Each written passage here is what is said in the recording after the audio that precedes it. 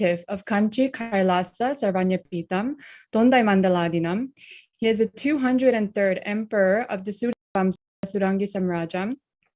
He is the present 293rd Jagat Guru Mahasannidhanam Pontiff of Kailasa. Hinduism is also the Mahamandaleshwar, the supreme spiritual head of the Nirvani Akada, which is the largest apex monastic order. The head for all spiritual leaders of Atal Akada, the ancient apex body of Hinduism. He is the present 23rd Guru Mahasannidhanam of Dharma Mukti Swargapura.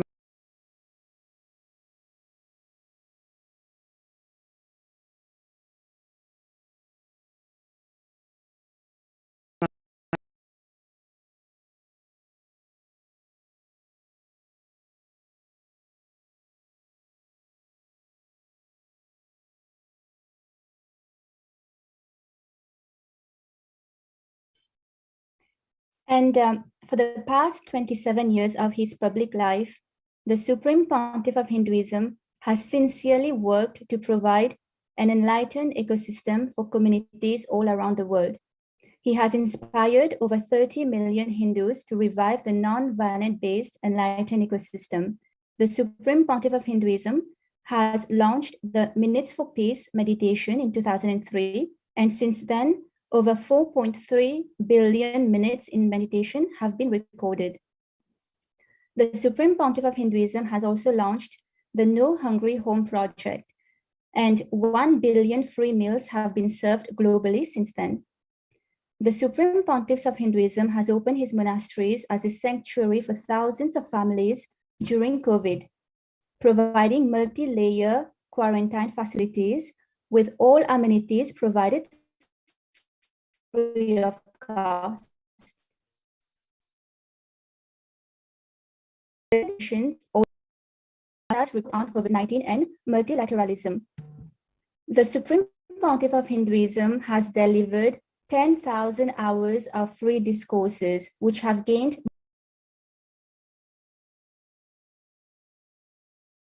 (10,000) articles published since 2008 in 3 languages and translated in 50 languages.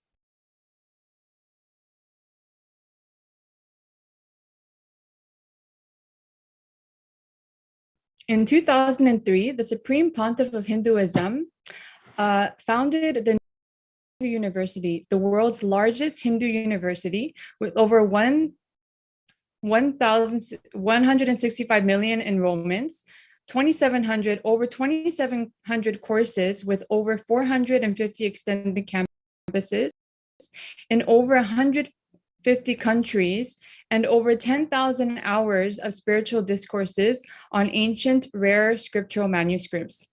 The Supreme Pontiff of Hinduism is Vegetarianism. He is a defender and upholder of women and LGBTQ rights. The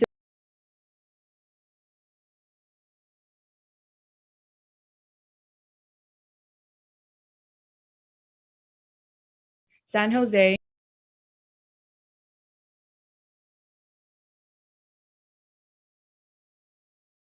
in Oklahoma. Over 10,000 free meals have been served daily, and over conducted free daily yoga and meditation classes.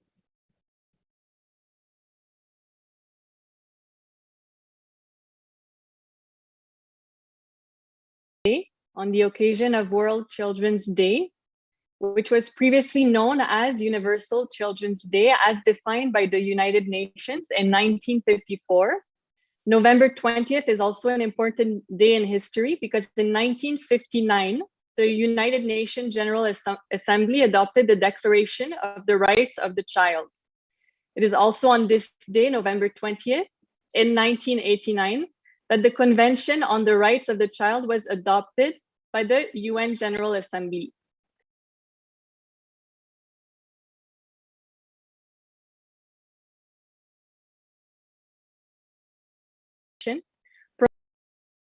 Togetherness, awareness among children worldwide, and improvement of children's welfare. And that is why today we have gathered from various parts of the world, from the United States, from Canada, France, and Switzerland, to discuss how together we can create a peaceful, safe, and sustainable future. And so when we think about this, how to create a safe and supportive environment in which each child can flourish and reach the peak of his or her potential, we realize that this goal can only be achieved through the collaboration of various actors who are involved, whether directly or indirectly, in raising and taking care of our youth. So this means that mothers and fathers, teachers, nurses and doctors, government leaders and civil society activists, religious and community elders, corporate moguls, and media professionals, as well as, of course, young people and children, should come together to share how together we can manifest this reality and make it relevant for each community, society, and nation. And as per the ancient sacred scriptures of Hinduism, the Veda Agamas, the power reality as we want is a science. It is the science of power manifestation, of manifesting. We will share a beautiful Shastra Pramana from Vijnana Bhairava Tantra, Sutra 100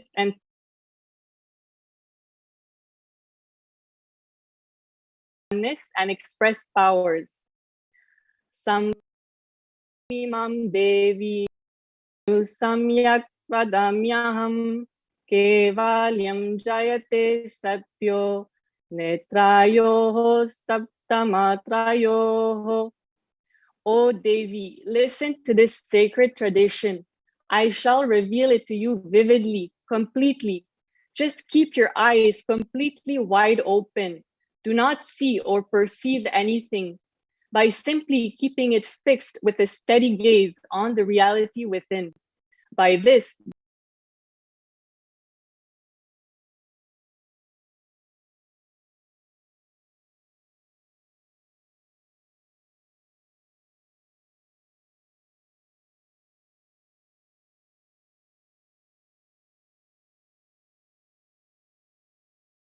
sacred tradition carries the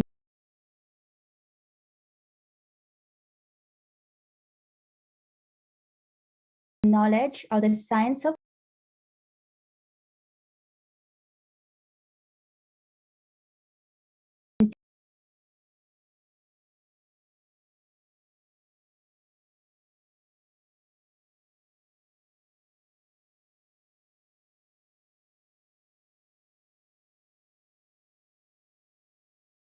changes in our reality.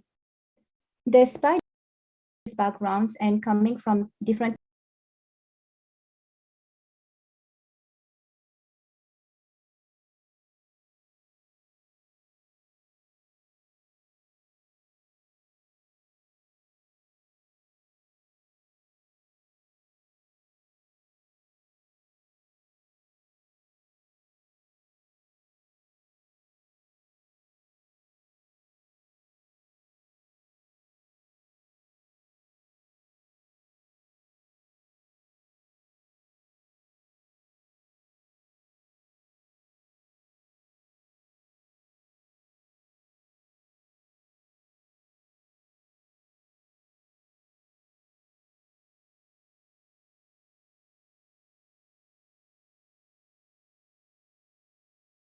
the state of the world, whether we are talking about violence,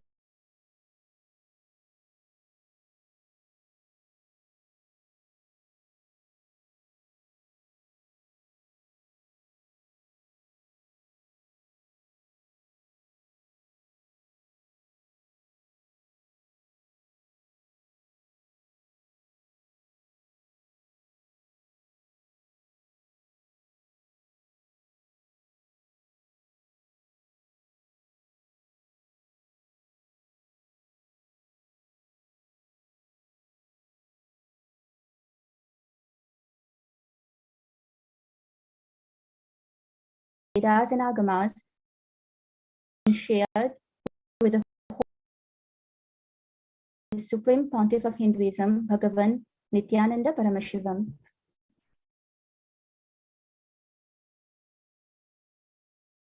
Now, you may be wondering, as a president of a country, as a CEO of a country, as a mother, as a father, as a child, as a teenager, as a child, how can the science of power manifestation help me create a powerful, a peaceful, and sustainable world for children?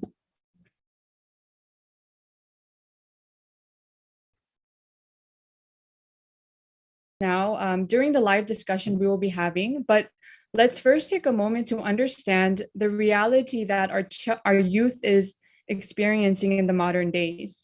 It is important to understand the issues to be able to deliver the right solutions and sustainable solutions.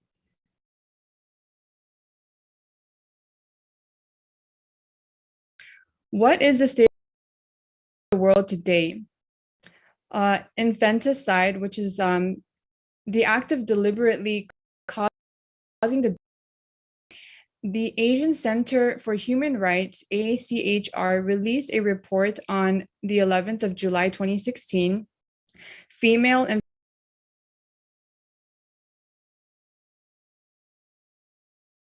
due to a variety of reasons is a worldwide phenomenon, with 1.5 female fetuses being aborted every year.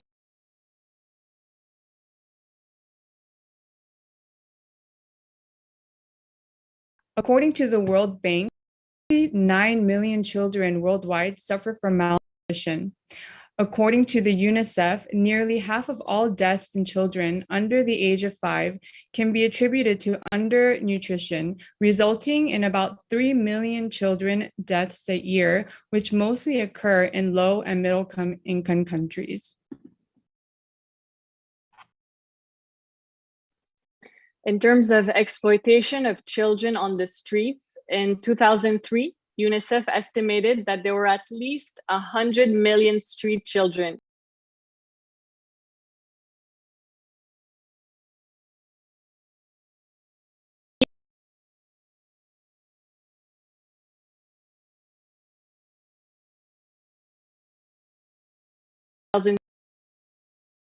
On street children. 90% of the children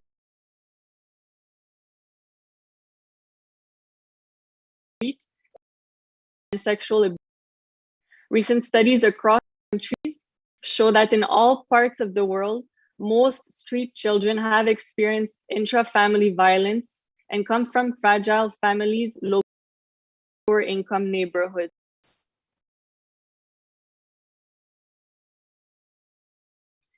And in terms of kidnapping, trafficking industry, according to the National Human Rights Commission, up to India, of which at least 11,000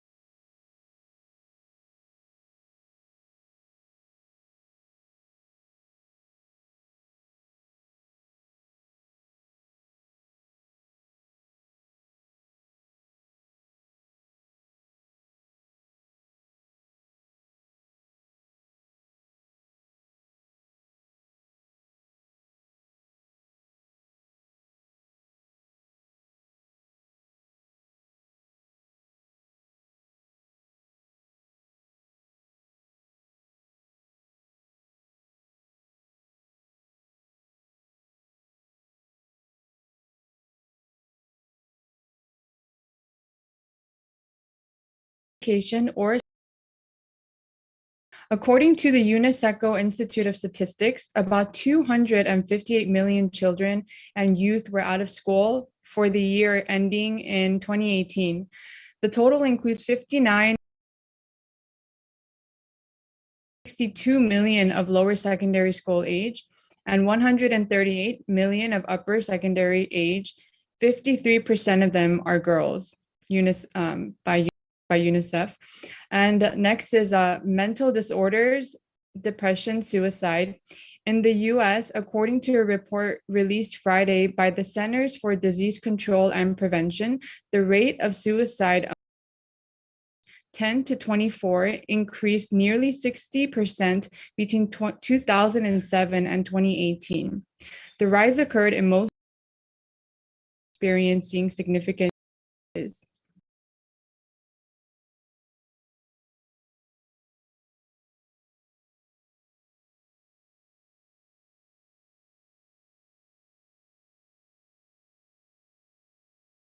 abuse, drug use among 8th grade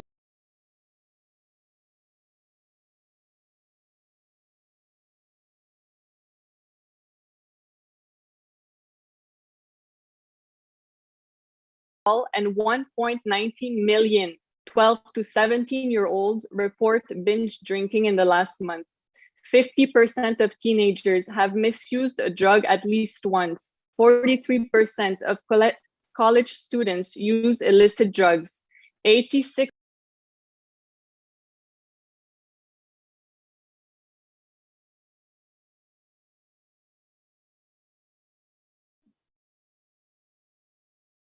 Bullying. About 37% of our young people between the ages of 12 and 17 have online. 30%, and about half of LGBTQ plus students experience online harassment, a rate which average. So throughout the world, on behalf of the Zebra Child. Throughout the world, various organizations are committed to the common vision of supporting our children and youth so that they flourish and reach the peak of their potential. And today, on World Children's Day, November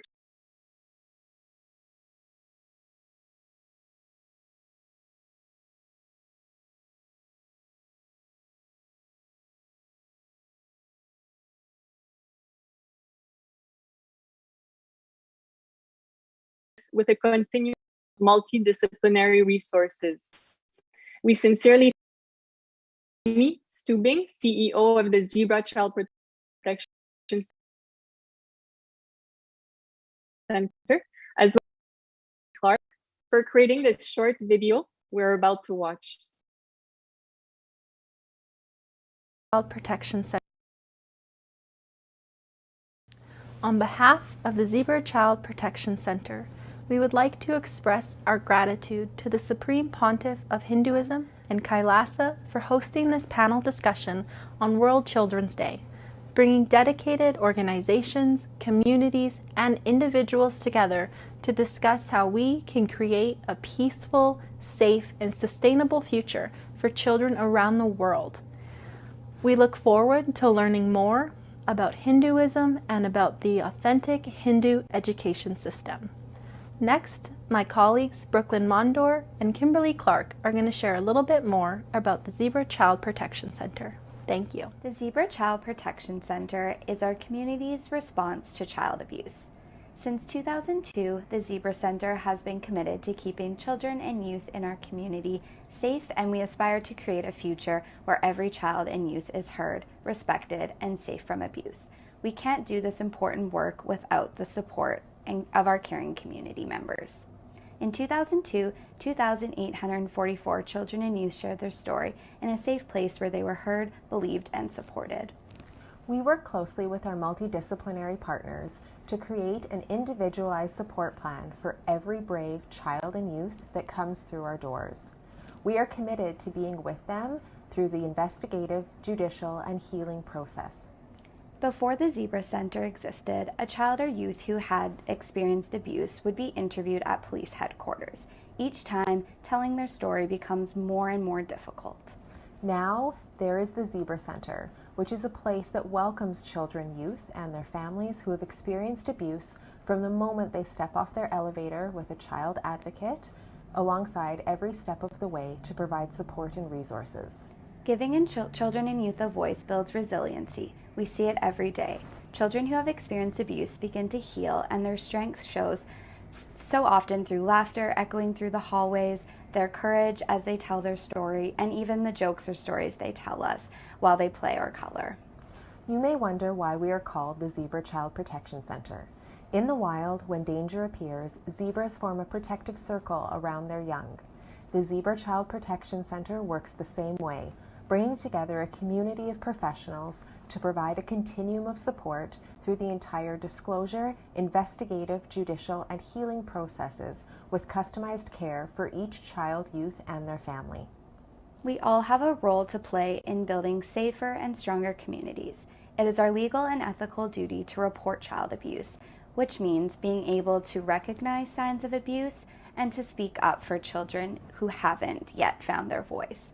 Our community comes together to raise awareness and donations for our center, which is crucial to helping us share our message and is crucial to the support we can provide to children, youth, and their families. Working together truly does make a difference.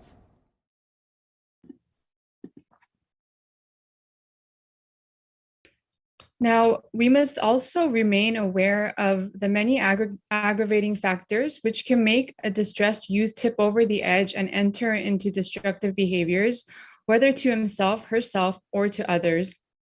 These factors include, but are not limited to, fear, sibling rivalry, issues at school, warring parents, dysfunctional families, single parents, fear of punishment, death of a loved one, distressed parents. And what we have spoken about, this is not even an exhaustive list of the violence done against children worldwide, but it clearly shows that change needs to happen urgently. I've seen many times. Yes, so before entering into today's discussion with our esteemed guest panelist, we'll be watching a short video in which the Supreme Pontiff of Hinduism explains what a golden childhood truly is.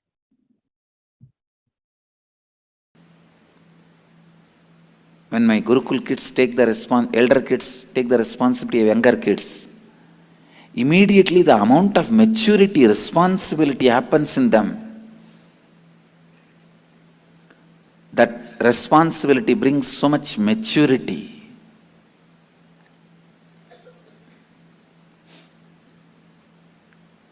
I tell you, the joyful childhood is matured childhood. You are matured, but you are in the body of a kid. That's the best life. Listen, many people write the history of golden childhood, glimpses of a golden childhood or golden childhood. No childhood is golden because they were immature when they were in the child body. When they are matured, they are already in the adult body. I lived a most matured life in a childhood body. I tell you, I have a real golden childhood.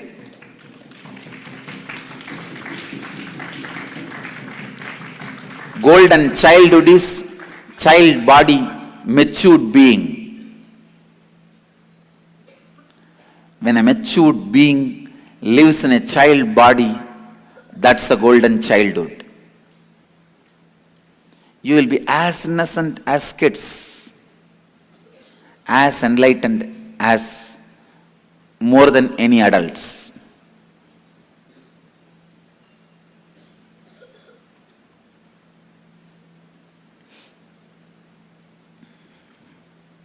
Matured being in a child body is a golden childhood. All other idea of golden childhood, look back, actually when you were a child, how were you? You were frightened about your student, your teacher, you were frightened about your hostel warden, you were frightened about your classmates, you were frightened about the bullying by other colleagues, other friends or students. Then how can you call that as a golden childhood? And you are pulled and pushed, dragged by the small desires like a candy, a toy.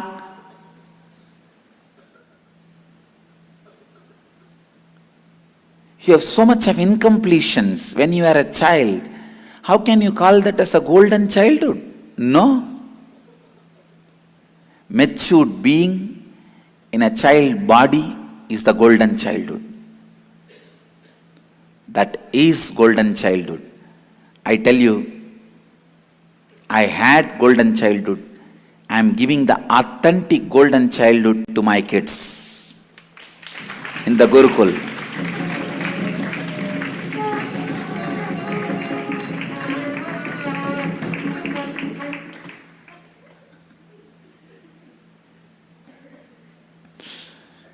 जब आपका मूल विचार अचेत रूप से जन्म लेता है, आपका पूरा जीवन अचेत रूप में ही बीत जाएगा। केवल जब आप अपनी मूल विचार से पूर्णत्व लाएंगे, आप द्विजा कहला सकते हैं, क्योंकि तभी आपका सचेत जन्म होता है। दूसरों को समझना और उन्हें लाभान्वित करना ही आध्यात्मिक सक्रियता है।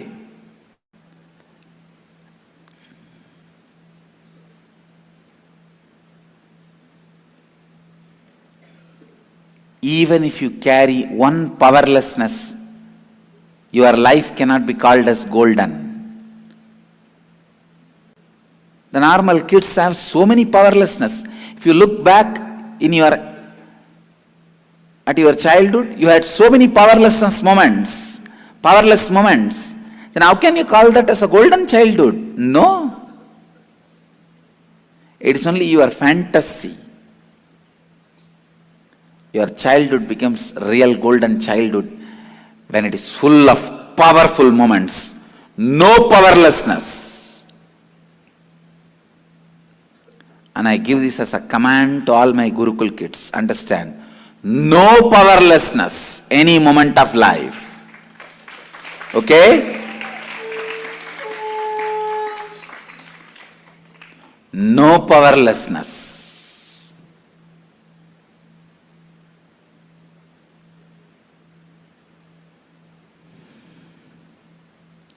Life should be full of energy and powerful.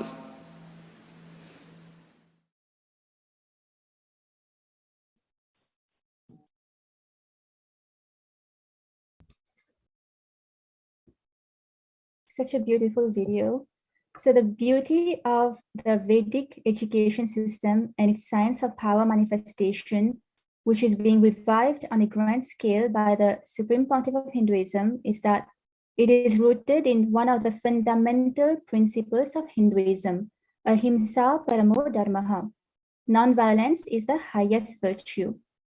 Our ancient rishis are very clear. Education and knowledge should always be for peace.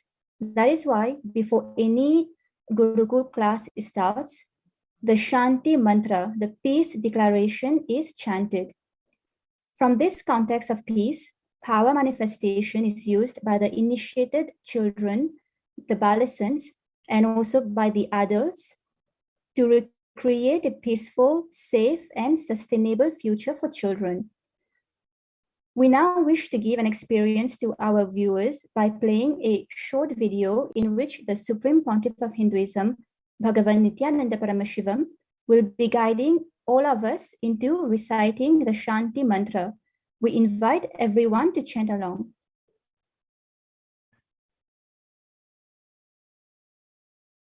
Please recite the Shanti mantra of Kathopanishad along with me. Om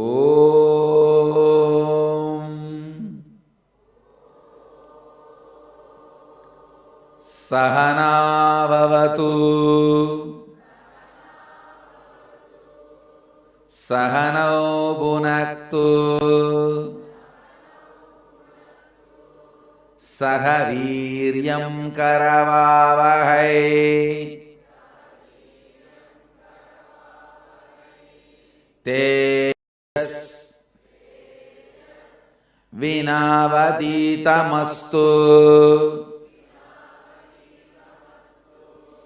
Mavit Vishavahai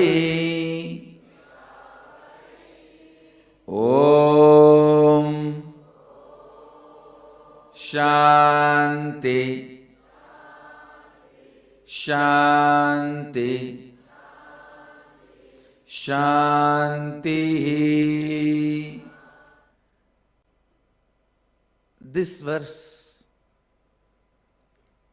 explains the context of Gurukul. Listen.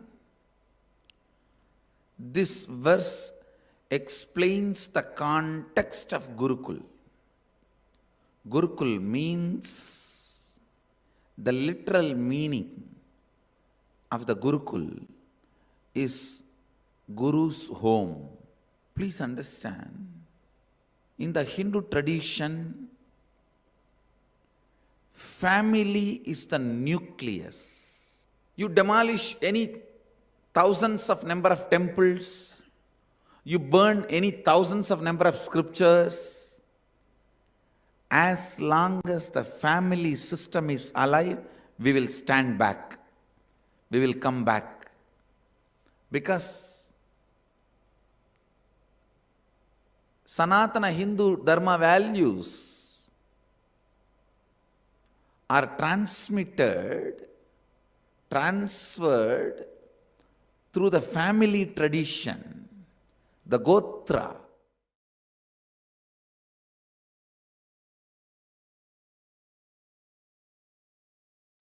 Now that we all had this amazing opportunity and blessing to recite the Shanti Mantra along with the Supreme Pontiff of Hinduism, we are going to enter into this very exciting portion of the program, which is the panel discussion. And again, today we have many esteemed guests with us, and we will be basically sharing about how together we can create a peaceful, safe, and sustainable future. And our first guest panelist is going to be Shanti Dash. And the Supreme Pontiff defines education as, education means constantly breaking your impossibilities, making all the best possibilities manifest. So from this context, as beautifully explained by the Supreme Pontiff of Hinduism, the ancient Vedic education system is designed to awaken higher consciousness in each child, thereby leading him or her to manifest his or her highest possibility. Sri Shanti Swarup Dash, as the father of 2 children and as a Nithyananda E-Gurukul Acharya teacher, could you please share and expand on the roots of the Vedic education system and share about the role of the Guru in the transmission of knowledge? Thank you, Ma. Thank you, Ma, for giving me the opportunity to be part of this discussion. Sure. As we discuss about Vedic education system, in essence, we are talking about Gurukul education system. And for time immemorial, this is the only education system that was known to Hindus till 1800s. So this education system was very much in practice about 150, 200 years ago by maybe about, if you look at India, maybe about 30% of the total population of the planet, 30 to 40% of the total population of the planet. So it is very much, it was a mainstream education system. That is how authentic it was. And in this education system, every child is given the means to achieve his or her possibilities in a very fearless way. Because the essence of the education system starts with a sacred understanding of you are the celebration of cosmos. So you are the existence that you're celebrating yourself. So there is no external thing that you have to fear about. So that is the essence it starts from. So that is what is ingrained into every child that goes to this education system. That brings a complete completion in him.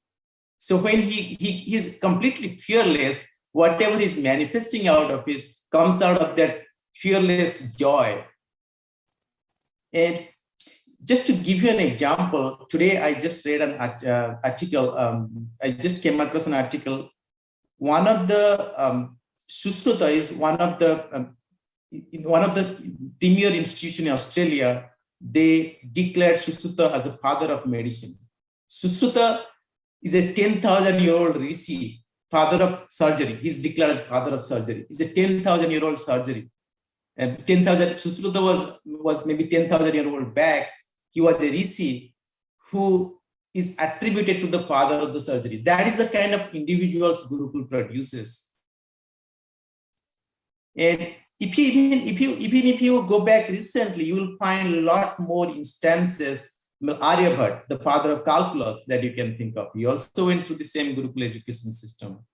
And in the Gurukul education system, as we discuss it, Guru, as Swamiji, as supreme point of Hinduism, just recently mentioned one of the video clip that we are watching, it is the Guru's home. So that is where he's inviting all his disciples. And it is in that atmosphere, in that Vatavarana, he's transmitting the knowledge to them. So in Gurukul education system, one of the essential aspects of education is experiential transmission of knowledge. That is where Guru plays the most important role. Because he is not necessarily just transmitting the knowledge, how the things are done in a very mechanical way, but he's transmitting his own experience, his holistic experience around it, in terms of not just the knowledge, what it does to you in your cognition, in your inner space, the entire thing gets transmitted to you. So at that point, the knowledge itself is as good as walking, as good as a child is walking on the street. And the power, one of the critical aspects of supreme point of Hinduism is introducing power manifestation as one of the means to quickly make this cognition shift in any individual that any individual, not just a child, but any individual that comes across through this system. With this, I will end my discussion. If you have any more questions, please let me know. Thank you so much for this powerful sharing. Actually, the Supreme Pontiff of Hinduism has also said that even incarnations need to attend the Gurukul, because that is the way actually to see how to reproduce this science in others. And so even Lord Krishna, Lord Rama had to go to Gurukul. That's how powerful this Vedic education system is. It's so the Supreme Pontiff of Hinduism says it's mandatory. Gurukul is mandatory in the Vedic tradition. Beautiful. Thank you so much. Thank you.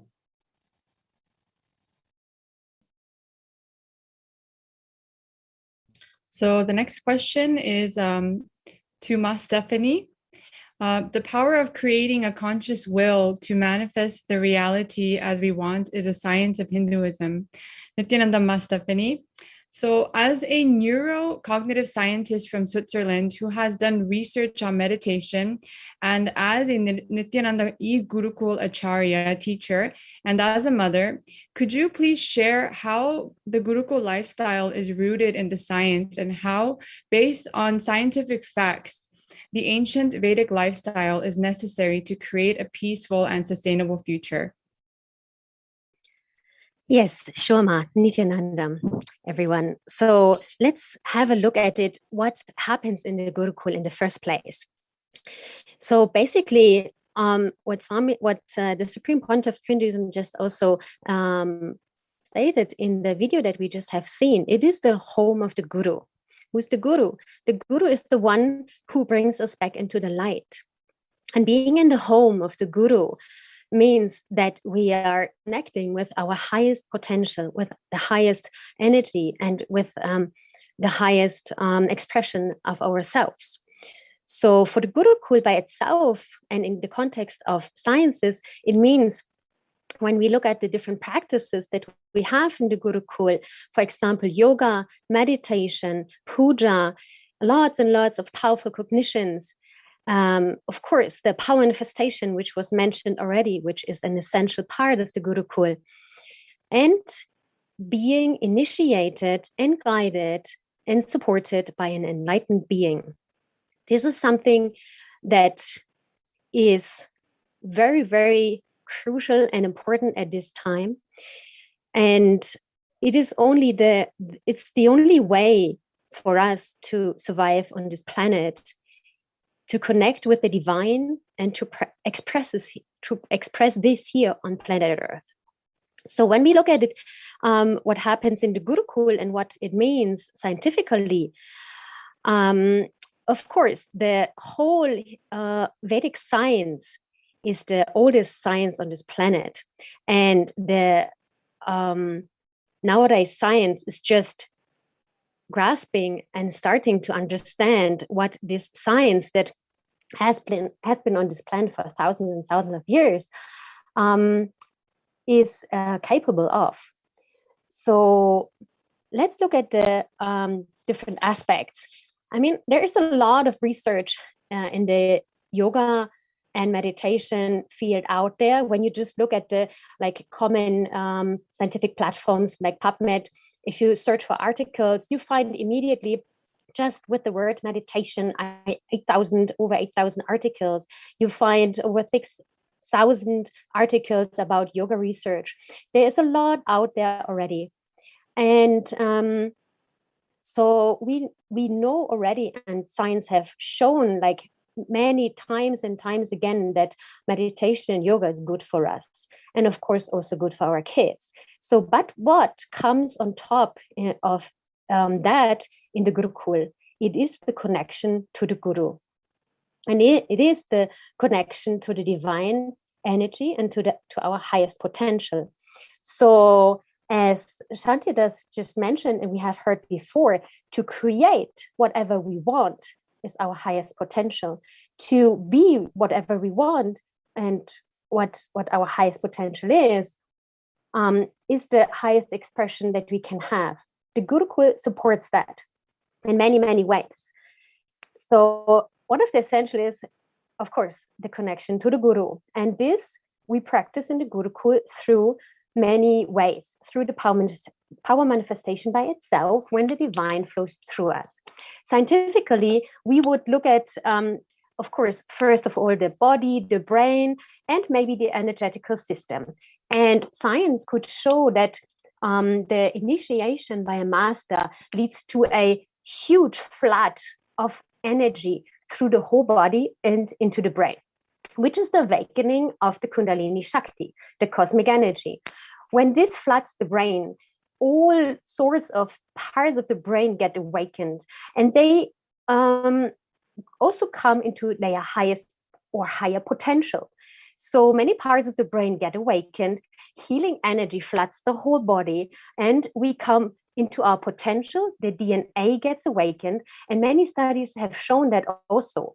So there has been done some research also in the programs that the Supreme Pontiff of Hinduism has conducted, the Inner Awakening programs, for example.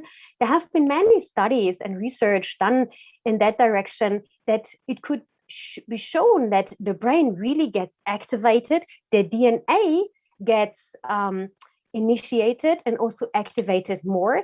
There is the so-called telomeric activity, for example, that gets awakened, that basically keeps us young. And also the mitochondrial activity. This is the parts of those are the parts of the cell that have to do with energy supply. So the mitochondrial activity also increased through initiation and the power manifestation and the programs about 1,000% and more. There are many other studies that have been done also on the kids of the residential Gurukul, the Balasins, that could show that not only the memory increases significantly, and they have a huge capacity in the range of geniuses, but also that like other components in the behavioral scale, psychological things, many parts have improved. And like those in the management field most probably have these terms like very like prominent, like for example, the delayed gratification. They had a huge increase in that scale as well. So it could be shown not only through the programs that the Supreme Pontiff has conducted throughout the decades, but also through research that has been done on the Gurukul kids by itself, that the system, the Gurukul Vedic system, and the practice that is conducted there, and practice, that it shows a overall change in the body. Healing is happening. The brain gets activated. The dominant parts get activated. It leads to higher thinking. For example, the frontal cortex, the prefrontal cortex, and those areas that are connected to higher thinking, they get more activated, and other parts of the brain decrease in activity, like the parts that are connected with fear or other things. And like beside all these beautiful findings, nevertheless, what happens also for the kids, they become so empowered. And this, I say, as a Gurukula Acharya and also as a scientist, as a mother, the kids become so alive and so activated, so life positive, so healthy, so powerful, that they know they can manifest whatever they want. And I think this is one of the crucial parts that we see in other education systems, that the kids are like so depressed and they cannot do what they want, and there's a lot of frustration and all of this. What happens in the Gurukul, the kids really start to become alive and to do whatever they want. There are even some testimonials out there where the adolescents have connected with roses, with flowers that have thorns. And as soon as the Gurukul kids, the adolescents, have connected to these plants, these flowers, with their really blissful and calm energy, the roses have thrown their thorns away. So, and with all this, we are influencing our surrounding, and also research that has been done on water, for example, water crystals. You most probably know about the research, the Emoto research, where Emoto, a scientist, had investigated the water crystals, for example. Just only speaking positive or negative words, things in a positive energy or way or a negative way, influence the water crystals. And we are like out of 80-90% of water. If that doesn't have an impact when some teacher screams at us in a negative way, or when a teacher supports us in whatever we want to express, in our creativity, in our highest potential, and so on. This is what we are doing in the Gurukul. We're supporting the kids in all these dimensions. And actually, we are just the channels for the Supreme Pontiff, who is there as an enlightened being and is working through all of us. So connecting to an enlightened being brings the kids into the highest potential and state and space that they can express. And that brings a huge capacity for them in life and to manifest whatever they want. Yes. Thank you so much, Ma Stephanie. Yes, thank you. You highlighted so many important points here, and the feeling connection, which is establishing the feeling connection. We all feel like Gurukul kids here, and that is so unique to Hinduism. And Swamiji, the Supreme Pontiff of Hinduism, is able to transmit the science and make it so available to humanity, which is extremely rare in this crucial time. So thank you so much, Ma.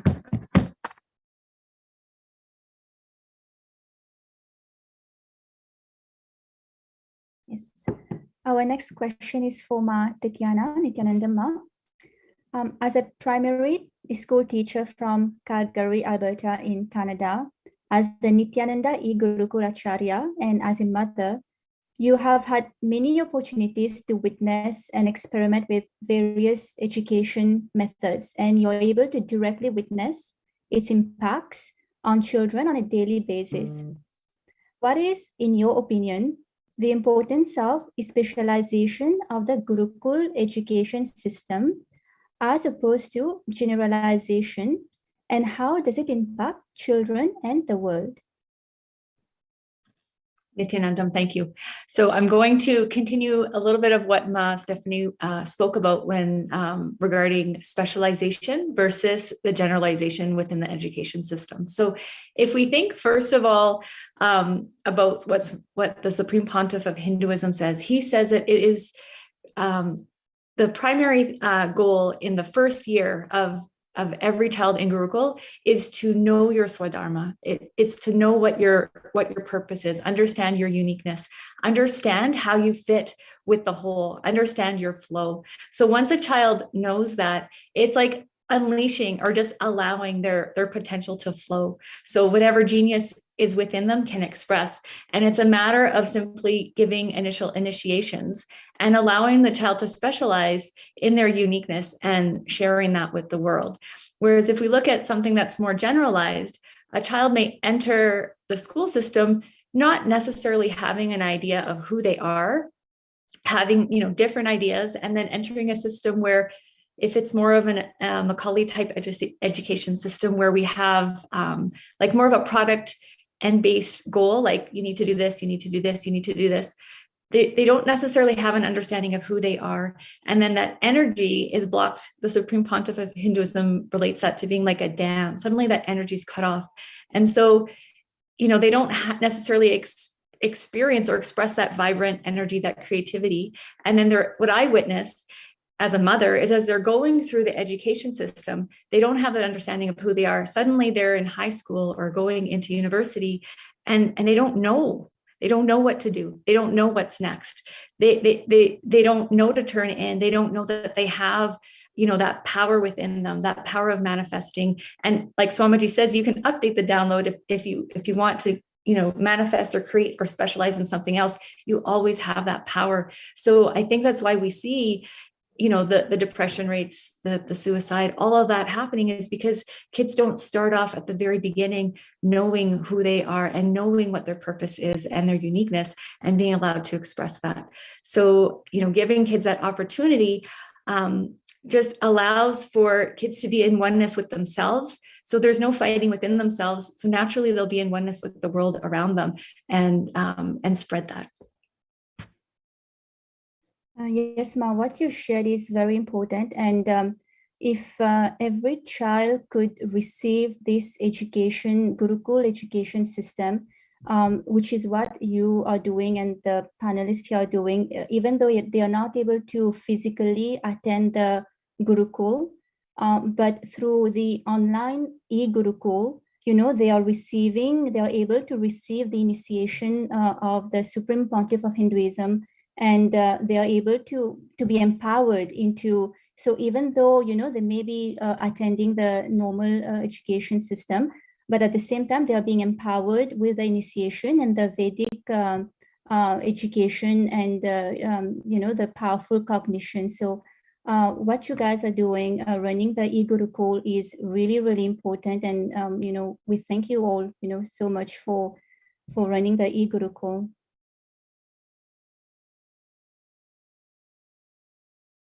Thank you so much. I wanted to highlight also, Nithyananda, you quoted one of my favorite, most beautiful quotes I feel that the Supreme Pontiff of Hinduism has shared with the world about children, how in Gurukul, the children have the freedom to explore. So it's not like a dam, like you were saying. It's the Supreme Pontiff of Hinduism says it's an embankment for the wild river. Like Master Pani was saying, the activation becomes so intense to the initiation of the Guru, and that energy is allowed to express under the guidance of the Guru, which allows the child to reach his or her highest possibility. Thank you so much. Our next question is for Ma Lalitambikananda. So one of the greatest contributions of the Supreme Pontiff of Hinduism to the world through the revival of Kailasa and the ancient Vedic education system is the science of completion and powerful cognitions. So Ma Nithya Lalitambikananda, as a devotee of the Supreme Pontiff of Hinduism for the past 5 years from Toronto, Canada, as a volunteer in daycares and community center summer youth camps with diverse communities, with children ages ranging from 4 to 18, and as a Nithyananda e-Gurukul Acharya, you have directly witnessed the powerfulness expressed by children who are initiated by the Supreme Pontiff of Hinduism. So could you please share how the initiation from the Guru into the science of completion and powerful cognitions is not a luxury in today's world? As we have seen from all the statistics in the beginning, it is an absolute necessity. If you can please share your views on that. Nithyananda, everyone, and my deepest gratitude at the divine lotus feet of the Supreme Pontiff of Hinduism. The Macaulay system has set society to fail in the rat race which it has created. It's no coincidence that the Gurukul and the libraries of Hinduism have been attacked. The time-tested and practical solution to this is the Guru's initiation into the science of completion and powerful cognitions, which is protecting the child from collapsing, fulfilling them with powerfulness from within, thereby them not feeling the need to engage in the destructive behaviors that we've heard about today. That has actually been normalized. And cognizing that this may be happening in the world, not part of my world. And from there, creating the reality that one wants internally to externally, creating peaceful and safe, sustainable future for our youths. And one of the quotes that I want to share from the Supreme Pontiff of Hinduism is the Gurukul. There's no education, there's only initiation. Initiation means empowering you with powers and letting you play with it and letting you manifest your specialization and letting you grow and glow. There's only one thing, Shakti Nipada, that's all. Constantly, you are empowered and asked to explore. The science of completion, providing everyone involved with the right tools to maintain the right Vatavana for our youth to thrive. Therefore, creating a peaceful and sustainable future for our youths. So the science of completion can be used to complete negative emotions or blockages that you face in day-to-day life. So now we're hearing a lot about anxiety, anger, depression, boredom, laziness, even to relationship problems. So this is a practical solution. So we're in a society that I've seen is very much problem-based and not solution-based. And here with the Gurukul, we're seeing the complete opposite, being solution-based. And this is from the Vedic time-tested solutions for everyday problems. And this is very much practical for the blissful life. Taking a life positive approach to everyday issues from the initiations from the Guru, not cognizing depression, social anxieties. We're seeing self-medicated also, substance abuse. This is not a part of the child's life who has been initiated by the Guru. There's no time spent on problems, but only solution-based. What is going to take me to my highest potential? The source and resource is the same. And having the ability to have a pure questioning, it's really amazing to see these children who are growing in, may not be growing in the Gurukul physically, but even online, how powerfully they're able to take this to their day-to-day life, and watching them grow so powerfully just by the simple concept of completion, just by the initiation from the Guru. And the initiation from the Guru is the key to have a powerful and blissful life. And this is not a luxury, but an absolute necessity to reach your highest potential. And seeing the kids being able to grasp this, that this is essential for me, being able to navigate through today's society with the powerful cognition of what is good for me, what is going to take me to my highest potential, and what are things that are very much around me that are happening in this society, but not going to have any impact in our life. And just want to use one of the examples of one of the children recently, looking at further education and the society that they have to be in, and trying to make a decision of what is the best education for me? What are the pros and cons? And it was really amazed to hear one of the children share with me that I noticed in the first year in one of the top, what is considered one of the top schools, they're having, after their first year, their marks are dropping and they're not able to sustain what they've come into. And some of the problems were this depression, anxiety, self-medicated substance abuse. And that child saying to me that this is not part of my life. I'm not going to have any of these issues. So I'm going to be successful in my further education. it is amazing to hear a child, as much as, we're hearing the Supreme Pontiff of Hinduism teach us, and it may just sound as a concept, but practically these children are using the initiation and powerful cognition in their day-to-day life, and watching them live this blissful life. So definitely, this is not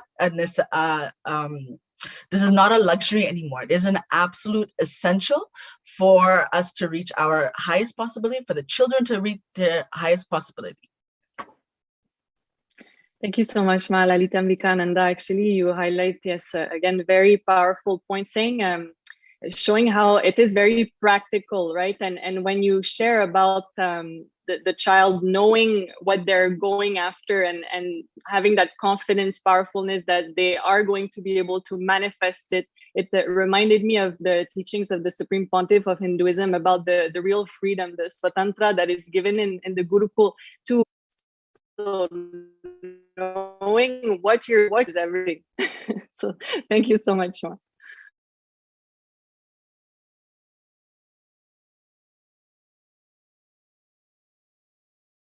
So the next question for Ma Bhakti Vasya.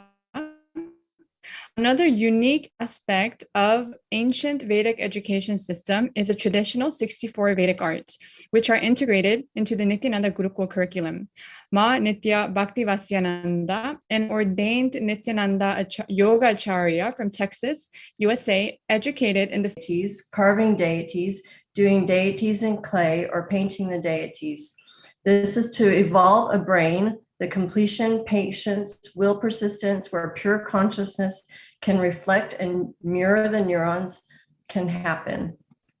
And this is exactly what the children get to experience during any of these 64 Vedic art classes that the Gurukul hosts for children, such as I have enjoyed being able to host with the children the deity sculpting classes, giving them a hands-on opportunity. When the children come in to Gurukul, they are immediately enveloped into the warmth of the Guru, as we have all stated here today, how it is coming into his home, coming into his space of oneness. We are immediately wrapped in his hands into the most safe space in a time in society when the children are at so much troublesome risks in the outside world. The Gurukul gives them the space where they are able to come and be their most powerful and have it become actually parts of them through their creation, manifest into the different Vedic arts. It actually is a constructive play that becomes the appetite for them to be the genius that they are, that they is their highest possibility. It gives such a feeling of bhakti through the children. They develop that feeling connection to the Guru and to the different arts that they are manifesting powers through. The power manifestation happens during that time also. It becomes a time when the brain is able to reconstruct through a healthy circuitry through the power manifestation. The mirroring of the neurons through that space of oneness with the Supreme Pontiff of Hinduism allows the young brain to grow in such a healthy and strong dynamic that the children just are not having that opportunity in the outside world. This is something that they are developing, that deep feeling connection to the divine. And that is such an important part of today's life. All the things that we've discussed with the children having the yoga, the puja, all the different aspects that the children are experiencing with the Sanskrit alone that is instilled through all of these rituals and practices is scientifically proven to have an effect upon the brain that will allow the highest potential to happen to any individual. So all the different arts that have been experienced, the children absolutely love to do as well. It is a temple lifestyle that they are learning through the play, through the different activities that they are allowed and given the beautiful space to do. So it's just the perfect setup, Vartavana, the atmosphere for them to have that right circuitry for the power manifestation in life, which is practicing and living the life of enlightenment.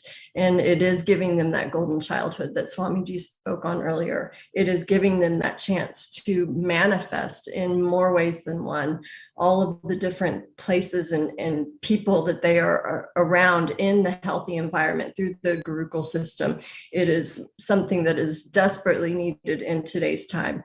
And I see this as the only way for children to really fully reach their highest potential in ancient times and today's times. This is just as current as it was then as it is now. And having the guru is the most important for any individual. But for a child to experience this as a child in a child body, it is truly the most beautiful gift that we can give our children. Thank you. Thank you so much, Ma Bhaktivatsia. And we all have, many of us have actually experienced being around the Gurukul children, the powerfulness and the high maturity and the confidence that they just radiate. That is truly inspiring and is a powerful example of Gurukul providing the right foundation and the right Vatavadana, the ambience for these children to develop. Thank you, Ma. Thank you. Our next question is for Ma Devi Shular. So earlier, the Supreme Pontiff of Hinduism, we were chanting along the Shanti mantra, and the Supreme Pontiff of Hinduism explains that the first thing that the rishis are doing is making a will, a conscious will. And the first thing that they are teaching us is how to strengthen our limbs, our listening, our seeing, our body, our mind, our vital life energy, strengthening all of that to create a will to mature and strengthen the body and mind.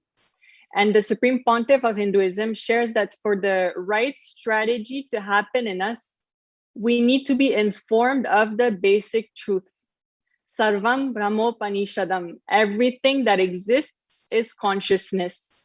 So Ma Devi, based on your experience as a Nithyananda Gurukul Acharya from the United States, and as the mother of two soon-to-be teenage girls, how important is it for them to be taught at this age that everything is consciousness, that they're not just this body or mind or emotion, they are pure consciousness. And they have the power to create that conscious will to manifest the reality as they want. How would you say that is, how important is that in their lives? Nithyananda, pranams, Supreme Pontiff's feet. Thank you very much for having me here today. Maswatan Priya, I mean, all of this just ties in so beautifully. I mean, I'm probably going to be saying some of the other things that other people have already mentioned. So, but yes, to create to develop the consciousness, you know, so that we have that will, developing that strength, you know, the strength of the body, the strength of the mind, the strength of the spirit, the will, all together, so that you understand, so that these children actually understand that they, I'm going to say, are in control, that they're in that powerful space, basically, that they understand that they want, right? So it is very important that they learn this at a young age, especially, you know, children becoming teenagers like I do have, so that they can actually live the more peaceful, safe, sustainable life that is very much needed today. Very much. I mean, the children are bombarded with, you know, the anger, the depression, you know, the states of being the victim, bullying, I mean, the whole gamut, right? So it is very important that they actually learn how to increase their consciousness, work on the will, so that they can actually manifest, have these powerful cognitions so that they can manifest the powers. And actually, because once you start doing that as a child, then like Malali Tambika said, you know, it doesn't exist in her world. It doesn't exist in some of those kids' worlds. Once they start to like see how the manifesting these powers and being in that powerful state transcends them, it makes them rise above all of those other lower energy level issues on a day-to-day basis. So it's very important. You know, we do that through the puja, the yoga, you know, or, you know, anything else to strengthen the body, to strengthen the mind, you know, reading the Vedic scriptures, the chanting, you know, the list goes on and on. I mean, the Vedic arts even, you know, being creative, you know, because that's a dimension of it as well, correct? So the whole Gurukul system that the Supreme Pontiff of Hinduism has provided for society, and not just him, there are other ones as well, correct? But the whole Gurukul system is just such a beautiful, beautiful Vatavadana. I mean, I sit in on some of these classes with some of these, in the cultural classes specifically, with some of these children, and their space is just so, it's beautiful. It's just so beautiful to like sit there because they don't think that there's anything that they can't do. So they just create and you know, I mean, they're natural leaders. You know, I ask, you know, do you want to chant the Guru Vandanam? Do you want to chant the Purna mantra? And I mean, everybody's raising their hand. They all want to unmute. And I mean, it's just beautiful. So,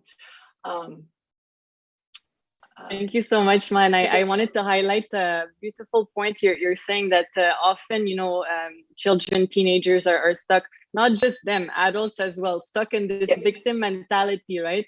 But when we have that right knowledge, the Supreme Pontiff of Hinduism says right knowledge is liberation. When we have that right knowledge that everything is pure consciousness, then it actually makes us become so responsible. I am responsible for everything that happens within me, everything that happens around me, and I can create the reality as I want it. So true, Mom. So true, so true. Yes, they take it and they just run. Yes, yeah, I just want to add one more point. I have two boys, one is 17, one is 12. So the one thing that when you think that you are a conscious net of Gurukul, what Swamiji's power manifestation, firsthand I have as part of the Gurukul teacher, Acharya, I have noticed is what it does is it makes it easier for a child going through that process to block the inherited desire. So you do not inherit somebody else's desire. It becomes in the e-Gurukul Bhatavarana, it becomes very easy to communicate with them in that language, in the language of consciousness. So once they get a click of a power manifestation mark, then it kind of things starts shifting in a very different way. They do not really inherit others' desire. They truly recognize, in a sense, they truly recognize who they are. So that competition things goes away in them and then puts themselves in their own control. And that is what essentially power manifestation does in a very small time window.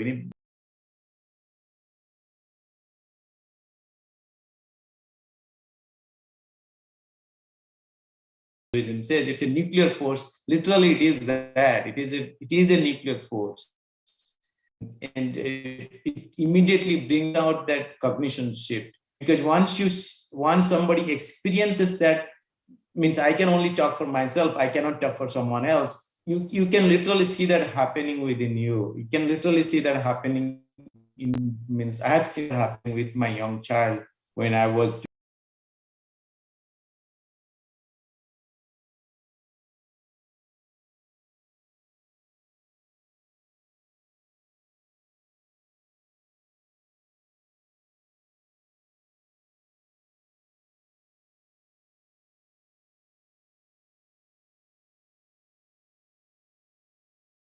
being a Thank you so much.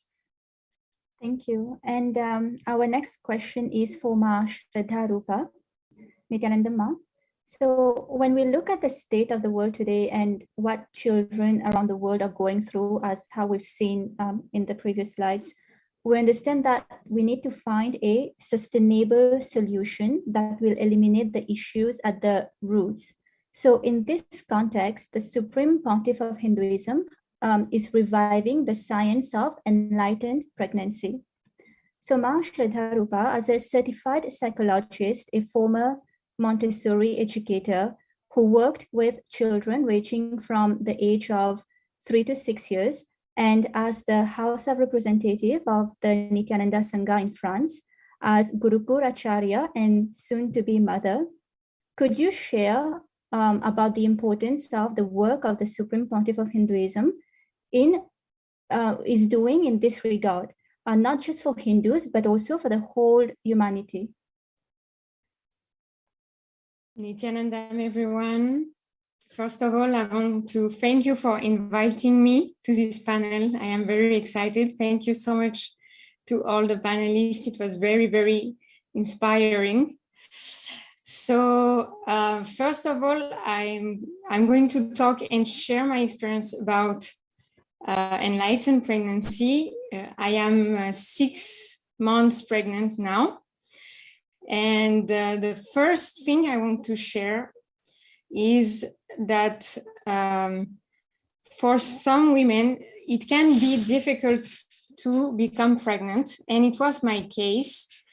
I had some psychological obstacles for a few years. And because of the Supreme Pontiff of Hinduism teachings, powerful cognitions, and all the initiations I received, I was able to become pregnant successfully. So this is the first thing, giving the powerful cognition to the women that they can be easily pregnant, that it is natural. This is the first thing I wanted to share with you.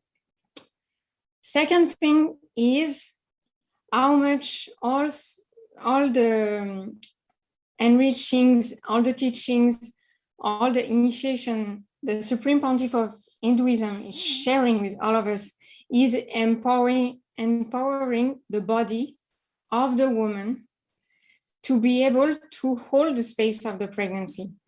Most of the women are having some difficulties, physiological difficulties at first during the pregnancy.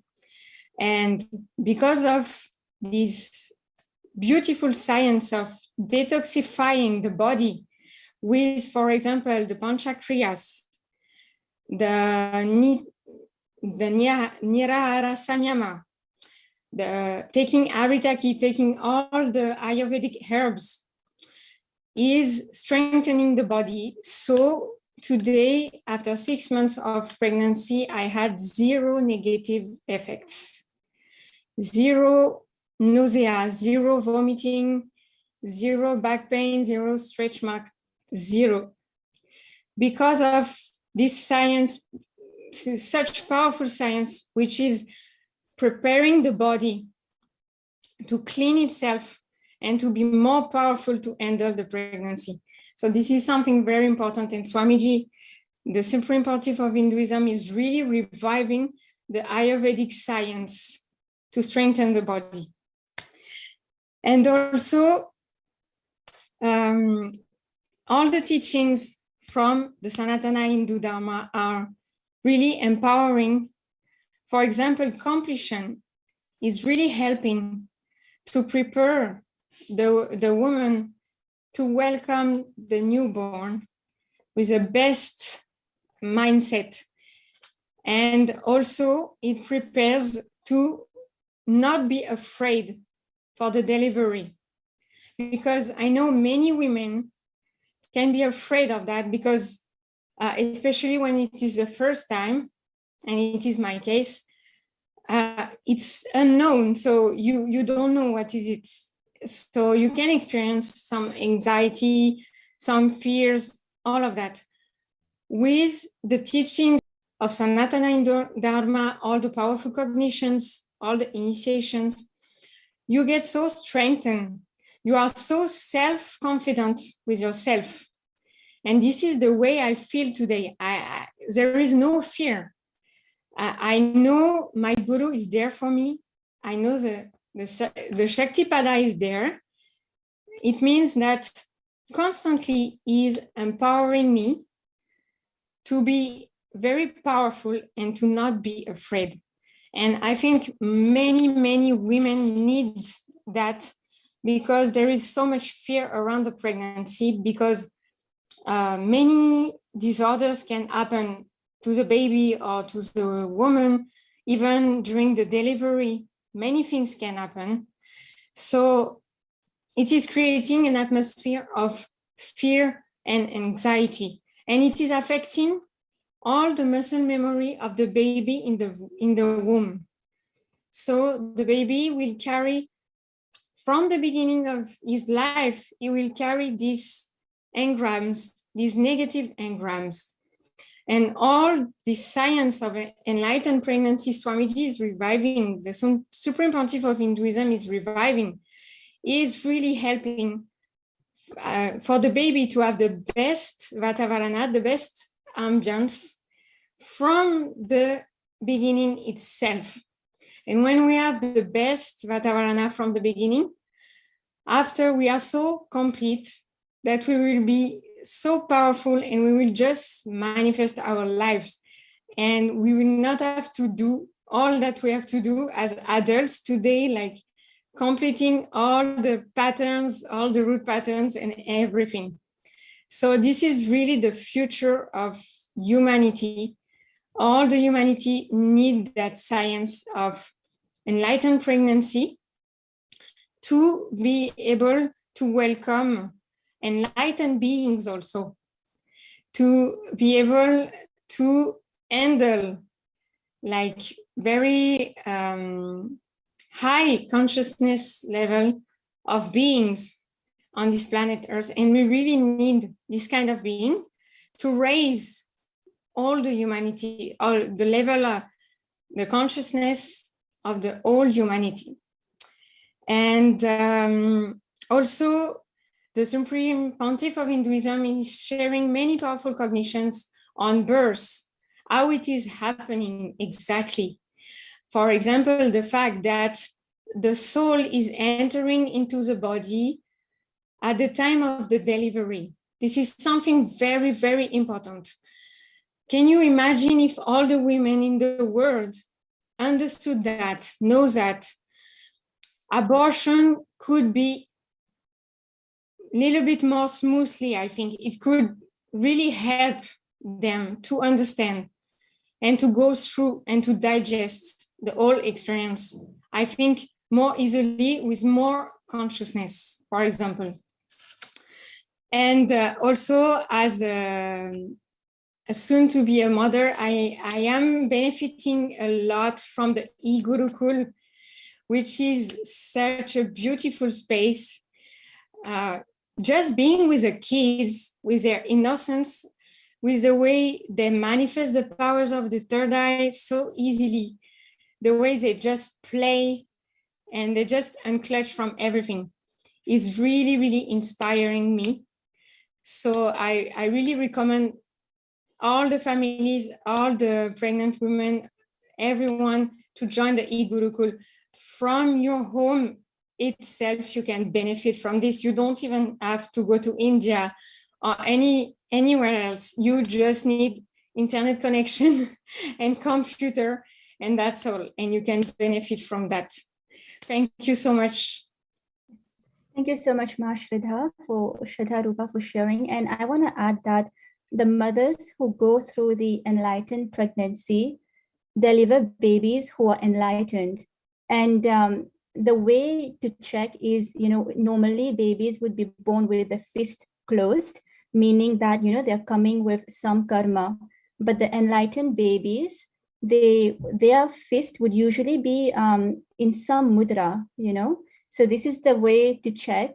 And the enlightened pregnancy is actually something extremely rare, because the initiations and the processes that the mother goes through can only be given by an avatar. And the last avatar, Purna avatar, that happened was Lord Shri Krishna 5,000 years ago. And now we have the Supreme Pontiff of Hinduism, Sri Nithyananda Paramashivam. So it's extremely rare to have the enlightened pregnancy. And yes, so everybody, it's very important for, the mothers out there, who wants to get pregnant, to go through the enlightened pregnancy, because this is going to help in raising responsible future, responsible citizens and even politicians, for a sustainable and peaceful world. So thank you so much, Ma, for sharing. And our last panelist, she wasn't able to make it live today, but she has shared with us a beautiful video. And we would like to thank her, Ma Divya Jain, for taking part in Kailasa's live panel on World Children's Day. Ma Divya Jain is a biotechnologist and the mother of 2 young girls. She converted to Christianity in 2013 and came back to Sanatana Hindu Dharma in 2020. And so we have asked the following question to Ma Divya. Based on your experience and what has been shared today, what is the importance of the revival work of the Supreme Pontiff of Hinduism through Kailasa, and how can the Hindu education system and the Hindu ecosystem as a whole be the solution for a peaceful and sustainable future for children and the world at large? So we will now be listening to Ma Divya's sharing. Next slide. Nithyanandam, everyone. I think a practical example can be the best example. Let me start with my experience of eating unhealthy food, and because of which I developed bloating and gastritis and many other problems. I decided to go on greens, salads, native grains, lot of water, eating and chewing my food properly. All of it helped in subsiding my problems of gastritis and bloating. But due to the routine, I went back to unhealthy habits of eating, and eventually all the problems came back. Then I decided to revive the healthy eating habit. So the combination of knowledge and direct experience is the most powerful thing. Similarly, as the healthy food is needed for body, for soul and mind, we need knowledge. Knowledge is the most powerful food for soul and mind. The healthy education of Gurukul needs to be revived, as it teaches moral ethics and practical implementation. The knowledge is directly taken out from Shastras, and that is what is being taught at Gurukuls. The Shastras as Ved, Upaved, Upanishad, Aranyakas, Brahmanas, etc. So if this knowledge is being taught, that becomes most practical and most efficient solution to create great human being by inculcating the good knowledge for the mind, body and soul, and that creates a great society and a great asset to humanity. Now if we see that right now in today's age there are so many problems with the society, right? Rapes, murders, infidelity, porn viewership, stealing, lying, deceit, what not is going on. What is the solution to all of this? The Macaulay education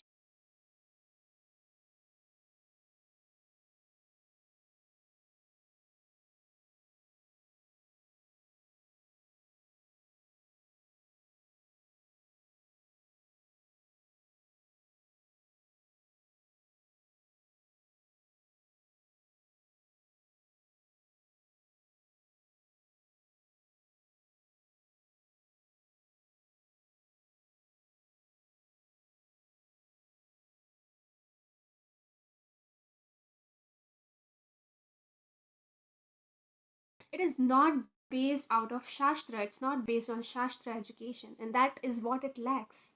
It lacks the truth, it lacks that cosmic truth, the cosmic principle. And that is why it is failing. It is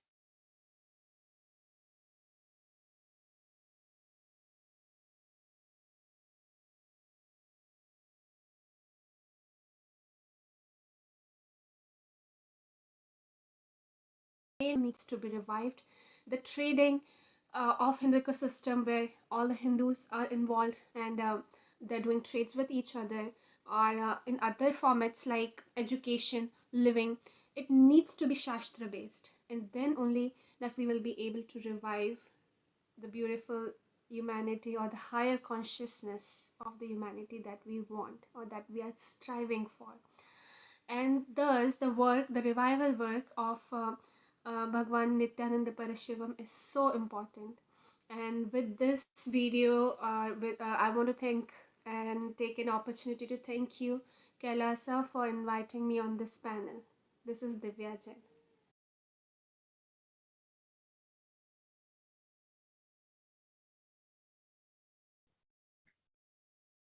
Yes, thank you. Through Kailasa, the Supreme Pontiff of Hinduism is not only creating one safe home or one safe school, but he's reviving an entire ecosystem, the Hindu ecosystem and its main pillars. And one of them is the Hindu education system, the Gurukul, which is based on the age-old Shastras, the Vedas and the Agamas. As we have discussed today, the Supreme Pontiff of Hinduism is also reviving the Vedic science of power manifestation to awaken the superconsciousness in each and every one of us so that we can reclaim our conscious sovereignty and create the reality as we want. With the Vedic science of power manifestation under the guidance of the Supreme Pontiff of Hinduism, creating a peaceful, safe, and sustainable future for children around the world is possible. Through his revival work, the Supreme Pontiff of Hinduism, Bhagavan Nithyananda Paramashivam, is giving children around the world a real golden childhood, where the child is mature but is still in a child's body. On behalf of Kailasa Nation, we sincerely thank the Zebra Child Protection Center, our esteemed guest, and each and every one of you for your online presence today on World Children's Day on November 20. Stay tuned for future Kailasa's live panel discussions, and we look forward to seeing you then.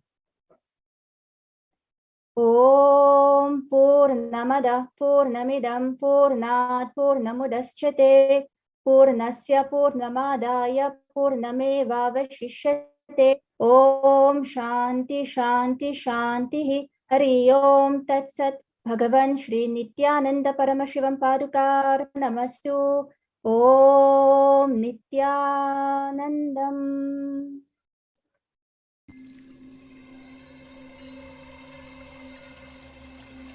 I welcome you all with my love and